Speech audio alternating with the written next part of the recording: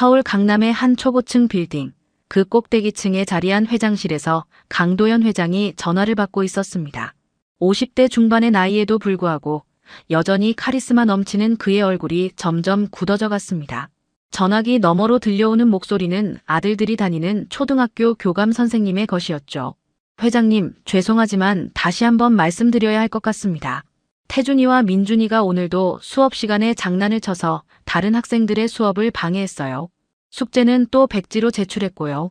이번 주 시험도 두 아이 모두 30점도 안 나왔습니다. 강도연은 한숨을 삼키며 이마를 문질렀습니다. 이번 주만 벌써 세 번째 전화였죠. 전화를 끄는 그는 의자에 깊숙이 몸을 기댄 채 천장을 올려다봤습니다. 수십 개의 계열사를 거느린 재벌 총수로서 수많은 난관을 헤쳐왔지만 정작 자기 자식들의 교육 문제 앞에서는 속수무책이었습니다. 10살 태준이와 9살 민준이는 학교에서 이미 유명 인사였습니다. 하지만 좋은 의미로 유명한 것은 아니었죠. 수업 시간마다 딴짓을 하고 숙제는 한 번도 제대로 해온 적이 없었습니다. 시험 성적은 말할 것도 없었죠. 매번 반에서 꼴찌를 다투는 수준이었고 선생님들은 이미 두 아이를 포기한 상태나 다름없었습니다. 더 큰 문제는 과외 선생님들이었습니다. 강도연은 비싼 돈을 주고 인류대학 출신 선생님들을 고용했지만 단 하루도 버티는 사람이 없었죠. 첫날 수업을 마치고 나면 모두들 다시는 못 가르치겠다며 사표를 냈습니다. 아이들이 너무 산만하고 말을 전혀 듣지 않는다는 것이 공통된 이유였습니다. 심지어 지난주에 온 선생님은 수업 시작 30분 만에 집을 나가버리기까지 했죠. 저 집 애들은 답이 없어. 학교 학부모들 사이에서도 이미 소문이 자자했습니다. 재벌집 자제라는 이유로 더욱 주목받았고 그만큼 비난의 목소리도 컸죠. 학부모 모임에서는 강도연의 아이들 이야기가 빠지지 않았고 다들 혀를 차며 고개를 저었습니다. 강도연은 자신의 체면이 바닥까지 떨어지는 것을 느꼈습니다. 사업에서는 누구에게도 지지 않는 그였지만 아버지로서는 완전히 실패한 것만 같았습니다. 그날 저녁 강도연은 집무실에서 혼자 위스키 잔을 기울이고 있었습니다. 창밖으로 보이는 서울의 야경은 화려했지만 그의 마음은 그 어느 때보다 어두웠죠. 돈으로 해결할 수 없는 문제가 세상에 존재한다는 것을 그는 뼈저리게 느끼고 있었습니다. 아이들은 공부에 관심조차 없었고 아무리 좋은 환경을 만들어줘도 전혀 변화가 없었습니다. 도대체 우리 집안에 왜 이런 애들이 태어난 거야? 강도연은 자책감에 머리를 감싸 쥐었습니다.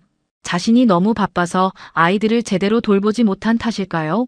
아니면 아이들에게 물질적인 것만 주고 정작 중요한 교육은 소홀히 한 탓일까요? 수많은 생각이 머릿속을 복잡하게 만들었습니다. 재벌 총수로서의 자존심은 이미 산산조각이 난 지 오래였죠. 회사 임원들 앞에서는 당당하게 경영 방침을 제시하지만 집에 돌아와 아이들의 성적표를 볼 때마다 그는 한없이 작아지는 자신을 느꼈습니다. 20년 넘게 쌓아온 재벌 총수로서의 위엄도 수천억 원의 재산도 자식 교육 앞에서는 아무 소용이 없었습니다. 다음 날 아침 재벌 저택의 2층 복도에서는 20살의 청소부 한소희가 걸레와 청소도구를 들고 조심스럽게 걸어가고 있었습니다. 소희는 이 집에서 일한 지 석 달째였죠.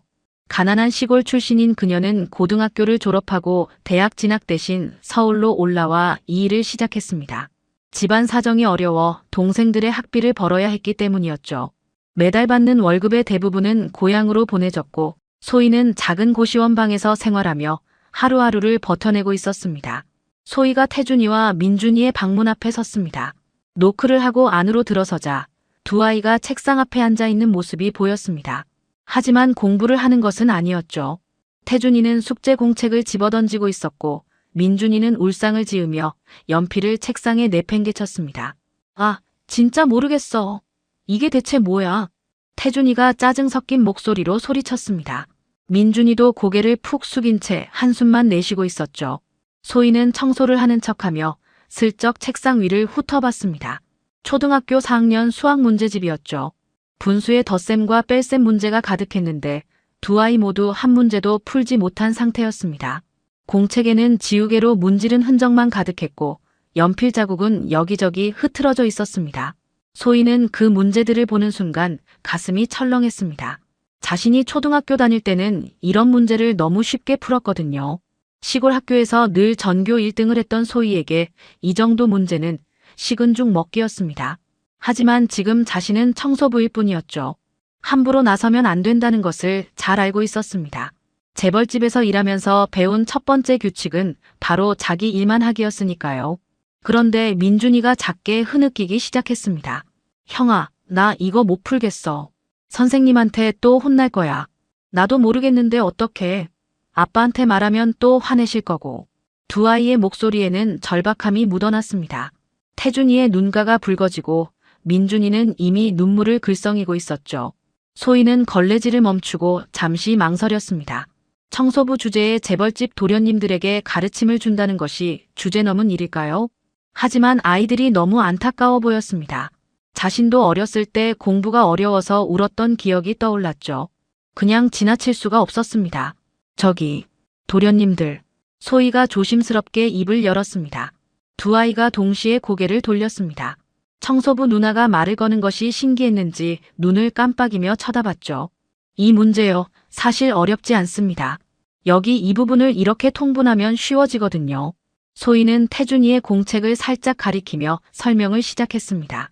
분수의 분모를 같게 만드는 방법, 그리고 그 다음 분자끼리 더하는 방법을 천천히 알려줬죠.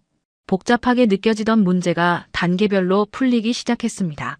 소희의 설명은 명쾌했고 그동안 수많은 과외 선생님들이 쓰던 어려운 용어 대신 쉬운 말로 풀어서 이야기해줬습니다. 진짜네. 이렇게 하면 되는 거야? 태준이의 눈이 휘둥그레졌습니다.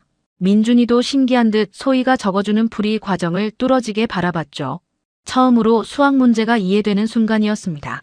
맞습니다. 그리고 이 문제도 똑같은 방식으로 풀면 돼요. 한번 혼자 해보시겠어요? 소희의 격려에 태준이가 연필을 들었습니다. 처음으로 스스로 문제를 풀기 시작하는 모습이었죠. 천천히 하지만 정확하게 풀이 과정을 적어나갔습니다. 그리고 마침내 답을 구했을 때 태준이의 얼굴에 환한 미소가 번졌습니다. 와, 내가 풀었어. 민준아, 나 혼자 풀었어. 진짜? 나도 해볼래. 민준이도 자기 문제집을 펼쳤습니다. 소희는 두 아이 곁에 앉아 하나하나 차근차근 설명해줬죠. 단 5분도 채 안 되는 시간이었지만 두 아이는 마치 새로운 세계를 발견한 것처럼 신이 나 있었습니다. 그날 이후 태준이와 민준이에게 놀라운 변화가 찾아왔습니다. 다음 날 아침 소희가 복도를 지나가는데 두 아이가 방문을 활짝 열고 뛰어나왔습니다. 누나. 태준이가 소희의 앞을 가로막았습니다. 민준이도 형 뒤에서 눈을 반짝이며 소희를 바라봤죠. 누나, 오늘도 수학 좀 알려주세요. 어제 누나가 알려준 거 학교에서 써먹었는데 선생님이 칭찬해 주셨어요. 소희는 당황해서 손을 저었습니다. 어제는 그냥 한두 문제만 도와준 것뿐인데 아이들이 이렇게까지 좋아할 줄은 몰랐죠. 게다가 자신은 청소를 해야 하는 시간이었습니다. 도련님들, 저는 청소를 해야 해서요. 그리고 제가 감히 도련님들을 가르친다는 게. 누나, 제발요. 다른 선생님들은 다 어렵게 가르쳤는데 누나는 쉽게 알려줬잖아요. 민준이가 소희의 옷자락을 잡았습니다.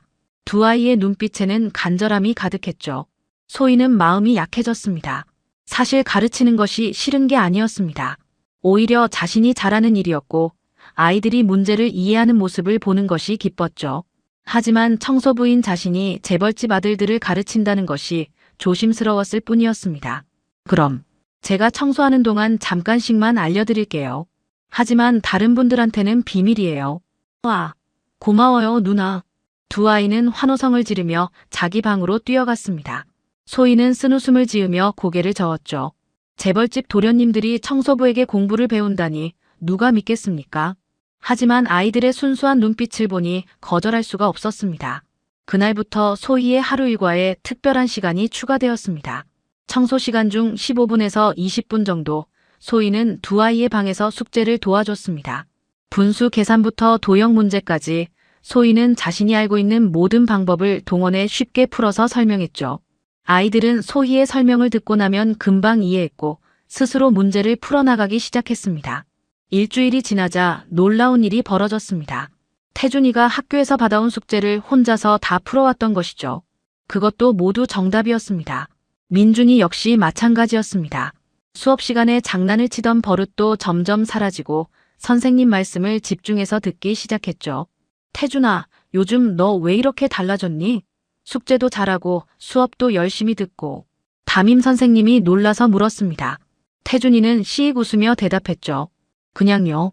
공부가 재미있어졌어요. 선생님은 믿을 수 없다는 표정을 지었습니다. 그 문제야 태준이 입에서 공부가 재미있다는 말이 나올 줄은 꿈에도 몰랐으니까요. 하지만 태준이는 진심이었습니다. 소희 누나가 알려주는 방법대로 하니 문제가 술술 풀렸고 문제를 풀 때마다 성취감이 느껴졌죠. 2주일이 지났을 때 학교에서 수학 시험이 있었습니다.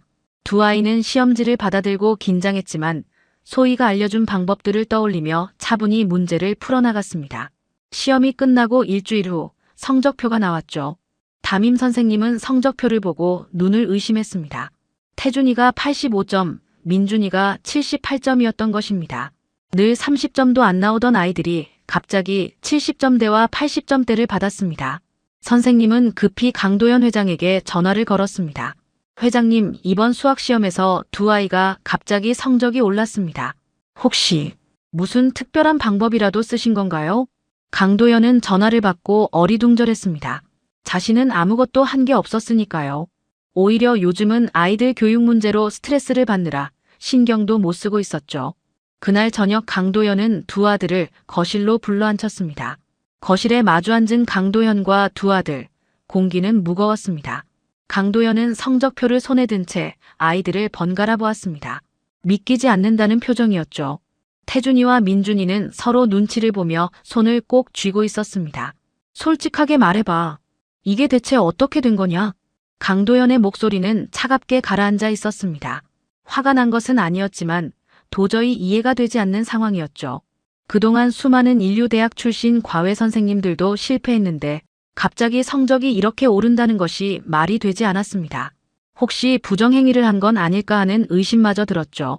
태준이가 먼저 입을 열었습니다. 아빠, 우리 청소 누나한테 배웠어요. 뭐? 강도연의 눈이 커졌습니다. 청소 누나라니, 그게 무슨 말입니까? 민준이가 형의 말을 이어받았죠. 한소의 누나요. 우리 방 청소하는 누나요. 누나가 수학 문제 푸는 거 알려줬어요. 누나 설명은 진짜 쉬워요. 강도연은 잠시 말문이 막혔습니다.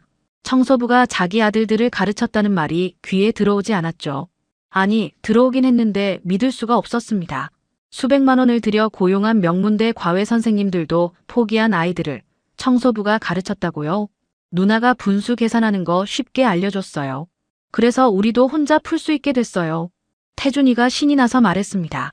강도연은 아이들의 얼굴을 뚫어지게 쳐다봤죠. 거짓말을 하는 것 같지는 않았습니다. 오히려 정말로 기쁜 표정이었습니다. 그동안 공부를 그렇게 싫어하던 아이들이 처음으로 공부 이야기를 즐겁게 하고 있었죠. 거실은 한동안 조용했습니다. 시계 초침 소리만 똑딱똑딱 울렸습니다.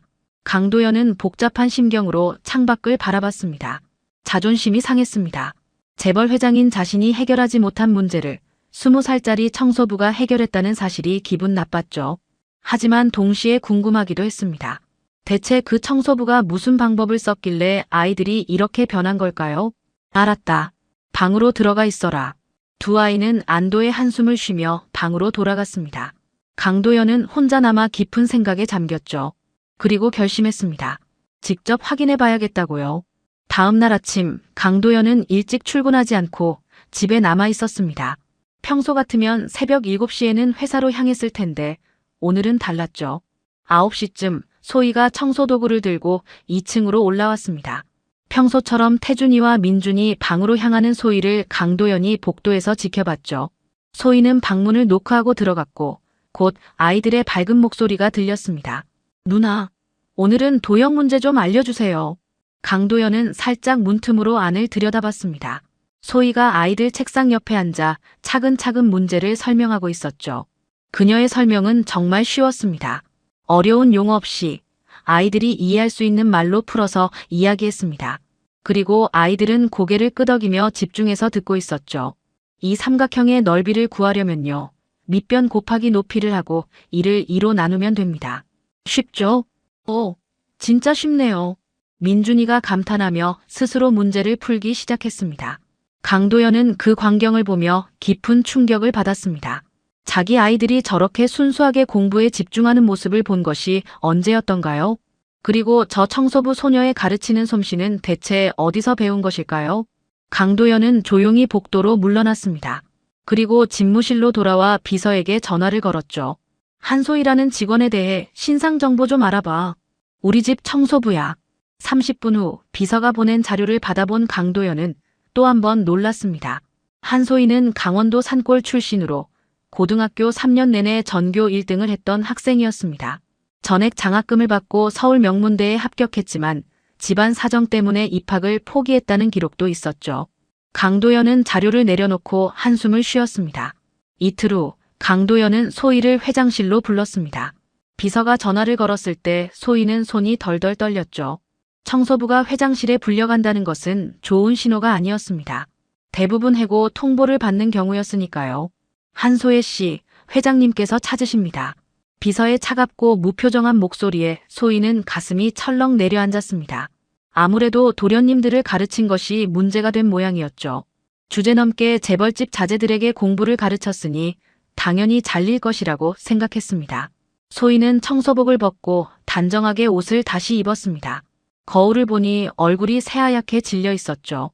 이 일자리를 잃으면 동생들 학비를 어떻게 보내야 할까요? 고향에 계신 어머니께는 뭐라고 말씀드려야 할까요?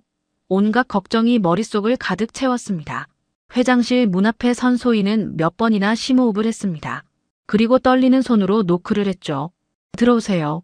강도연의 낮은 목소리가 들렸습니다. 소희는 문을 열고 들어갔습니다. 넓은 회장실, 거대한 책상 뒤에 강도연이 앉아 있었죠. 소희는 고개를 푹 숙이고 두 손을 모았습니다. 회장님, 죄송합니다. 저는 그냥 도련님들이 너무 안타까워서. 소희의 목소리는 떨리고 있었습니다. 강도연은 그런 소희를 잠시 바라보다가 입을 열었죠. 고개 들어보세요. 소희는 천천히 고개를 들었습니다. 강도연의 표정은 화난 것 같지는 않았습니다. 오히려 뭔가 생각에 잠긴 듯한 얼굴이었죠. 나랑 얘기 좀 합시다. 앉으세요. 강도연이 소파를 가리켰습니다. 소희는 어리둥절하면서도 조심스럽게 소파 끝자리에 걸터 앉았습니다.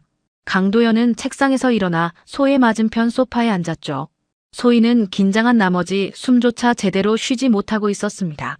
우리 아이들을 가르쳤다고 들었습니다. 죄송합니다. 제가 주제넘게. 아닙니다. 사과할 일이 아니에요. 강도연의 말에 소희는 깜짝 놀라 고개를 들었습니다. 강도연은 진지한 표정으로 소희를 바라보고 있었죠. 오히려 감사해야 할 일입니다. 그동안 수많은 과외 선생님들이 우리 아이들을 포기했는데 당신이 해냈으니까요. 대체 어떻게 한 겁니까? 소희는 잠시 망설이다가 조심스럽게 대답했습니다. 그냥 쉽게 설명했을 뿐입니다. 도련님들이 이해 못하는 건 어려운 말로 가르쳐서 그런 거예요. 아이들 눈높이에 맞춰서 천천히 알려주니까 금방 이해하더라고요. 강도연은 고개를 끄덕였습니다. 그리고 한참을 생각하다가 입을 열었죠. 한소혜 씨, 우리 아이들에게 계속 과외를 해주겠습니까? 물론 정식으로 채용하는 겁니다. 청소일은 다른 사람이 하게 하고 당신은 아이들 교육만 전담하는 거죠. 급여도 지금보다 훨씬 많이 드리겠습니다. 소희는 귀를 의심했습니다. 자신이 해고당할 줄 알았는데 오히려 정식 과외 선생님으로 채용하겠다니요? 그것도 급여를 더 주겠다고요? 정말입니까? 네. 우리 아이들이 당신을 따릅니다. 그리고 처음으로 공부가 재미있다고 말했어요. 부탁합니다. 강도연의 목소리에는 간절함이 묻어났습니다. 재벌 회장이 청소부에게 부탁한다는 것, 그것도 고개를 숙이며 부탁한다는 것이 믿기지 않았죠. 하지만 강도연은 진심이었습니다. 돈으로 해결되지 않던 문제가 이 20살 소녀에 의해 해결됐으니까요. 소희는 눈물이 핑 돌았습니다. 이 기회를 놓칠 수 없었습니다. 급여가 오르면 동생들 학비도 더 여유롭게 보낼 수 있고 어머니께도 용돈을 드릴 수 있었죠. 감사합니다, 회장님. 최선을 다하겠습니다. 소희는 허리를 깊숙이 숙여 인사했습니다. 강도연은 흐뭇하게 웃으며 고개를 끄덕였죠. 그날 오후 소희는 정식으로 재벌가의 개인 교사로 채용되었습니다. 청소복을 벗고 단정한 옷으로 갈아입은 소희는 마치 다른 사람처럼 보였습니다. 태준이와 민준이는 소희가 정식 선생님이 되었다는 소식에 하늘을 날 듯 기뻐했죠. 와, 누나가 우리 선생님이 된 거예요? 이제 매일 누나한테 배울 수 있겠네. 두 아이의 환한 웃음을 보며 소희도 미소를 지었습니다. 소희가 정식 과외 교사가 된 지 일주일이 지났습니다. 매일 오후 3시부터 5시까지 소희는 태준이와 민준이에게 수학과 국어를 가르쳤죠. 아이들의 변화는 날이 갈수록 뚜렷해졌습니다. 숙제를 스스로 하고 학교 수업에도 적극적으로 참여했습니다. 선생님들은 놀라움을 감추지 못했죠. 그러던 어느 날 저녁 강도연은 집무실에서 서류 작업을 하다가 문득 궁금증이 들었습니다. 소희에 대해 더 알고 싶었죠. 비서에게 부탁했던 간단한 신상 정보 외에 그녀의 과거에 대해 자세히 알아보고 싶었습니다. 강도연은 직접 인사팀 담당자에게 전화를 걸었습니다. 한소희라는 직원 있죠? 그 사람 출신 학교하고 성적 같은 거 알 수 있습니까? 네, 회장님. 잠시만 기다려 주십시오. 10분 후 강도연의 이메일로 자료가 도착했습니다. 파일을 열어본 강도연은 눈을 크게 떴죠. 화면에는 소희의 고등학교 생활기록부가 떠 있었습니다. 3년 내내 전 과목 1등, 전국 모의고사에서도 상위 1%를 유지했던 기록이 빼곡했습니다. 수학 경시대회 금상, 과학 경진대회 은상, 독서 토론 대회 대상까지 온갖 수상 경력이 화려했죠. 강도연은 스크롤을 내리다가 한 문단에서 멈췄습니다. 담임 선생님의 소결란이었습니다. 한소희 학생은 본교 개교 이래 가장 뛰어난 인재입니다. 서울대학교 전액 장학생으로 합격했으나 가정 형편상 진학을 포기했습니다. 부친의 사망으로 어머니와 어린 남동생 둘을 부양해야 하는 상황이라 대학 진학 대신 취업을 선택했습니다. 안타까운 일이 아닐 수 없습니다. 강도연은 마우스를 놓고 깊은 한숨을 내쉬었습니다. 서울대학교 전액 장학생이라니요. 그 정도 실력이면 어디서든 환영받을 인재였습니다. 그런 사람이 자기 집에서 청소를 하고 있었다는 사실이 믿기지 않았죠. 아니, 믿기지 않는다기보다는 부끄러웠습니다. 강도연은 의자에 깊이 기대며 천장을 올려다봤습니다. 자신은 지금까지 무엇을 했던 걸까요? 돈과 권력만 쫓아 살면서 정작 사람의 가치를 제대로 보지 못했던 것은 아닐까요? 소희 같은 인재를 단지 청소부로만 취급했던 자신이 한심하게 느껴졌습니다. 더 자세한 내용이 궁금해진 강도연은 다음 날 직접 소희를 불렀습니다. 이번에는 회장실이 아닌 집의 작은 응접실이었죠. 좀 더 편안한 분위기에서 이야기하고 싶었습니다. 앉으세요, 한소혜 씨. 강도연의 목소리는 며칠 전보다 훨씬 부드러워져 있었습니다. 소희는 여전히 긴장한 얼굴로 앉았죠. 제가 어제 당신의 과거에 대해 알게 됐습니다. 소희의 얼굴이 굳었습니다. 강도연은 천천히 말을 이었죠. 서울대학교 전액 장학생이었다고요? 그런데 왜 진학을 포기했습니까? 소희는 잠시 입술을 깨물다가 조용히 대답했습니다. 아버지가 돌아가셨습니다. 제가 고3 때였어요. 그래서 어머니 혼자 동생 둘을 키우시게 됐죠. 저는 장녀니까 당연히 제가 나서야 했습니다. 동생들은 몇 살입니까? 지금 고2와 중3입니다. 둘 다 공부를 잘해요. 저보다 더 머리가 좋을지도 모르죠. 소희의 목소리에는 동생들에 대한 자랑스러움이 묻어났습니다. 강도연은 가슴이 먹먹해졌죠. 20살 어린 나이에 가족을 위해 자신의 꿈을 포기했다니요. 그것도 서울대학교 진학을 포기하고 청소 일을 선택했다니요. 당신은 후회하지 않습니까? 강도연의 질문에 소희는 고개를 저었습니다. 후회는 없습니다. 가족이 더 중요하니까요. 그리고 이렇게 좋은 기회를 얻었잖아요. 도련님들을 가르치면서 저도 많이 배우고 있습니다. 소희는 담담하게 웃었습니다. 하지만 그 웃음 뒤에 숨겨진 아픔을 강도연은 느낄 수 있었죠. 열심히 공부해서 장학금까지 받았는데 대학 문턱도 밟아보지 못한 채 생계전선에 뛰어들어야 했던 소녀의 마음이 어땠을까요? 강도연은 차마 고개를 들지 못했습니다. 자신은 태어날 때부터 모든 것을 가졌습니다. 돈도 권력도 명예도 모두 있었죠. 하지만 소희는 아무것도 없이 태어나 오직 자신의 노력으로 여기까지 왔습니다. 그런데 그 노력이 제대로 빛을 보지 못하고 있었죠. 내가 이런 인재를 청소부로만 쓰고 있었단 말인가. 강도연은 중얼거렸습니다. 소희는 무슨 말인지 몰라 조용히 앉아 있었죠. 강도연의 마음속에는 부끄러움과 미안함이 가득 차올랐습니다. 그날 밤 강도연은 잠을 이루지 못했습니다. 소희의 이야기가 머릿속을 떠나지 않았죠. 새벽 2시가 넘도록 침대에 누워 천장만 바라보고 있었습니다. 그동안 자신이 얼마나 오만했는지, 돈으로 모든 것을 해결할 수 있다고 착각했는지 깨닫게 되었습니다. 다음 날 아침 강도연은 일찍 일어나 서재로 향했습니다. 그리고 오랫동안 생각에 잠겼죠. 소희에게 무언가를 해주고 싶었습니다. 단순히 급여를 올려주는 것만으로는 부족했습니다. 그녀가 포기했던 꿈을 다시 찾을 수 있게 도와주고 싶었죠. 오전 10시, 강도연은 소희를 다시 불렀습니다. 이번에는 정원의 작은 정자였습니다. 햇살이 따스하게 비치는 곳이었죠.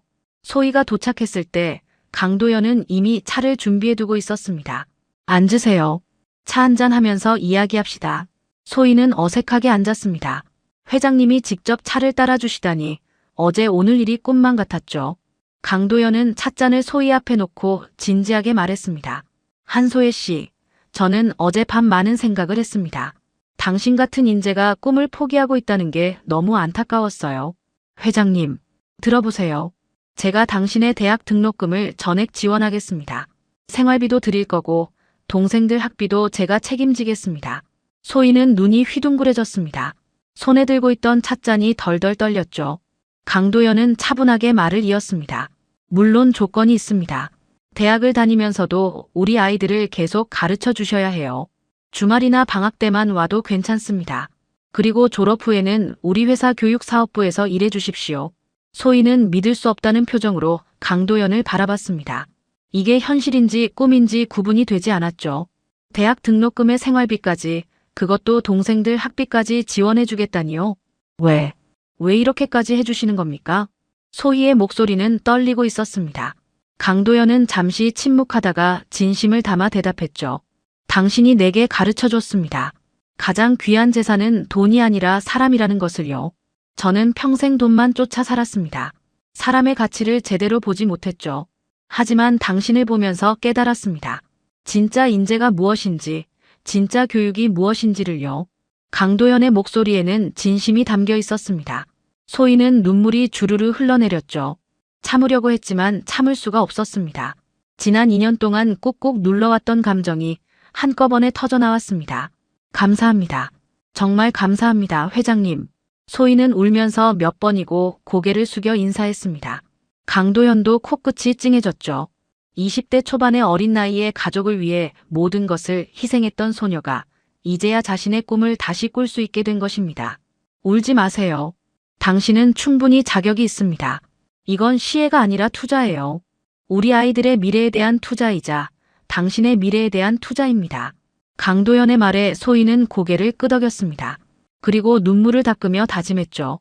이 은혜를 절대 잊지 않겠다고, 더 열심히 공부하고 더 열심히 아이들을 가르치겠다고요. 그날 오후 소희는 태준이와 민준이에게 이 소식을 전했습니다. 두 아이는 손뼉을 치며 기뻐했죠. 누나, 축하해요. 누나 대학생 되는 거예요? 응, 너희 아버지께서 기회를 주셨어. 그래서 누나는 더 열심히 공부해야 해. 그리고 너희들도 더 잘 가르쳐 줄 거야. 와, 최고다. 민준이가 소희를 꼭 안았습니다. 태준이도 옆에서 환하게 웃고 있었죠. 그 모습을 멀리서 지켜보던 강도연은 흐뭇한 미소를 지었습니다. 처음으로 마음 깊은 곳에서 우러나오는 뿌듯함을 느꼈죠. 저녁 무렵 강도연은 가족 회의를 소집했습니다. 집안의 모든 식구들이 거실에 모였습니다. 강도연은 모두를 둘러보며 입을 열었죠.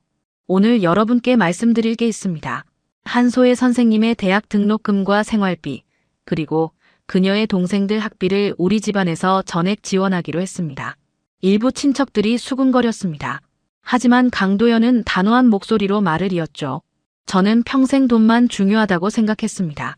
하지만 틀렸습니다. 가장 귀한 재산은 돈이 아니라 사람입니다. 한소혜 선생님이 그걸 제게 가르쳐줬습니다. 그로부터 한 달이 지났습니다. 소희는 대학 입학 준비를 시작했고 동시에 태준이와 민준이를 계속 가르쳤죠. 아이들의 변화는 이제 집안 전체에 알려져 있었습니다. 학교 선생님들도 학부모들도 모두 놀라워했습니다. 그 문제아들이 이제는 모범생이 되어 있었으니까요. 어느 토요일 오후 강도연은 서재에서 회사 서류를 검토하고 있었습니다. 그런데 밖에서 아이들의 웃음소리가 들렸죠. 창문으로 내다보니 정원에서 소희와 태준이, 민준이가 함께 공부하고 있었습니다. 아니, 공부라기보다는 즐겁게 놀고 있는 것처럼 보였죠. 누나, 이 문제 정말 재미있어요. 태준이가 문제집을 펼쳐 보이며 신나게 말했습니다. 민준이도 자기가 푼 문제를 소희에게 자랑스럽게 보여줬죠. 소희는 두 아이의 답안을 확인하며 환하게 웃었습니다. 와, 두 분 다 100점이네요. 정말 잘했어요. 헤헤, 누나가 잘 가르쳐줘서요. 강도연은 그 모습을 보며 가슴이 따뜻해지는 것을 느꼈습니다. 저렇게 순수하게 웃는 아이들의 모습을 본 것이 언제였던가요? 공부가 즐겁다고 재미있다고 말하는 아이들의 목소리를 들은 것이 언제였던가요? 그날 저녁 강도연은 온 가족을 식당으로 불렀습니다. 소희도 함께였죠. 처음에는 어색해하던 소희였지만 이제는 가족처럼 편안하게 자리에 앉았습니다. 식사가 끝날 무렵 강도연이 입을 열었습니다. 오늘 좋은 소식이 있습니다. 태준이와 민준이의 이번 학기 성적표가 나왔습니다. 강도연은 봉투에서 성적표 2장을 꺼냈죠. 태준이는 전 과목 평균 92점, 민준이는 87점이었습니다. 불과 석 달 전만 해도 30점대를 맴돌던 아이들이었는데 이제는 반에서 상위권에 속하게 된 것이죠. 모두 한소의 선생님 덕분입니다. 강도연이 소희를 바라보며 말했습니다. 소희는 손을 저으며 겸손하게 대답했죠. 아닙니다, 회장님. 도련님들이 열심히 했기 때문입니다. 저는 그저 조금 도와줬을 뿐이에요. 아니에요, 누나. 누나가 없었으면 우리 이렇게 못했어요. 태준이가 소희의 말을 가로막았습니다. 민준이도 고개를 끄덕이며 말했죠. 맞아요. 누나가 제일 잘 가르쳐줬어요. 강도연은 흐뭇하게 웃었습니다. 그리고 주머니에서 봉투 하나를 꺼냈죠. 소희에게 건네며 말했습니다. 이건 보너스입니다. 우리 아이들을 이렇게 변화시켜준 대가죠. 그리고 강도연은 잠시 말을 멈추고 진지한 표정을 지었습니다. 다음 주부터 당신의 대학 등록금 지원이 시작됩니다. 서류는 이미 다 처리했어요. 입학 축하합니다. 한소의 선생님. 소희는 또다시 눈물이 핑 돌았습니다. 하지만 이번에는 참았죠. 대신 깊게 고개를 숙여 인사했습니다. 평생 잊지 않겠습니다. 이 은혜 반드시 갚겠습니다. 은혜를 갚을 필요는 없어요. 대신 훌륭한 교육자가 되어주세요. 그리고 우리 아이들처럼 공부를 포기하려는 아이들에게 희망을 줄 수 있는 사람이 되어주세요. 소희는 고개를 끄덕였습니다. 강도연의 말 한마디 한마디가 가슴 깊이 새겨졌죠. 며칠 후 소희는 대학 입학 통지서를 받았습니다. 2년 전에 포기했던 그 대학, 서울대학교 교육학과였습니다. 손에 쥔 통지서를 보며 소희는 울었습니다. 이번에는 기쁨의 눈물이었죠. 꿈이 이루어진다는 것이 이렇게 감격스러운 일인지 처음 알았습니다. 입학식 날 강도연은 직접 소희를 대학까지 데려다 줬습니다. 차에서 내리는 소희에게 강도연이 말했죠. 자신감을 가지세요. 당신은 충분히 훌륭한 사람이니까요. 감사합니다, 회장님. 주말마다 꼭 도련님들 가르치러 가겠습니다. 천천히 해도 됩니다. 공부에 집중하세요. 소희는 밝게 웃으며 대학 정문으로 걸어갔습니다. 강도연은 그 뒷모습을 한참 바라봤죠. 그리고 중얼거렸습니다. 저 아이가 내게 진짜 중요한 게 뭔지 가르쳐줬어. 그날 저녁 집에 돌아온 강도연을 태준이와 민준이가 반겼습니다. 아빠, 소혜 누나 대학 잘 갔대요. 우리 내일도 공부할 거예요. 누나 오시면 보여드릴 거예요. 누나가 최고예요. 두 아이는 자신들이 푼 문제집을 자랑스럽게 보여줬습니다. 오답이 거의 없었죠. 강도연은 아이들의 머리를 쓰다듬으며 웃었습니다. 재벌 회장으로서가 아니라 한 명의 아버지로서 느끼는 행복이었습니다. 강도연은 창밖을 바라보며 생각했습니다. 가장 귀한 재산은 돈이 아니라 사람이라는 것, 진짜 교육은 돈으로 살 수 없다는 것, 그리고 진심으로 아이들을 대하는 한 사람의 따뜻한 마음이 얼마나 큰 변화를 만들어내는지를요. 20살 청소부 소녀가 50대 재벌 회장에게 인생에서 가장 소중한 교훈을 가르쳐준 것입니다.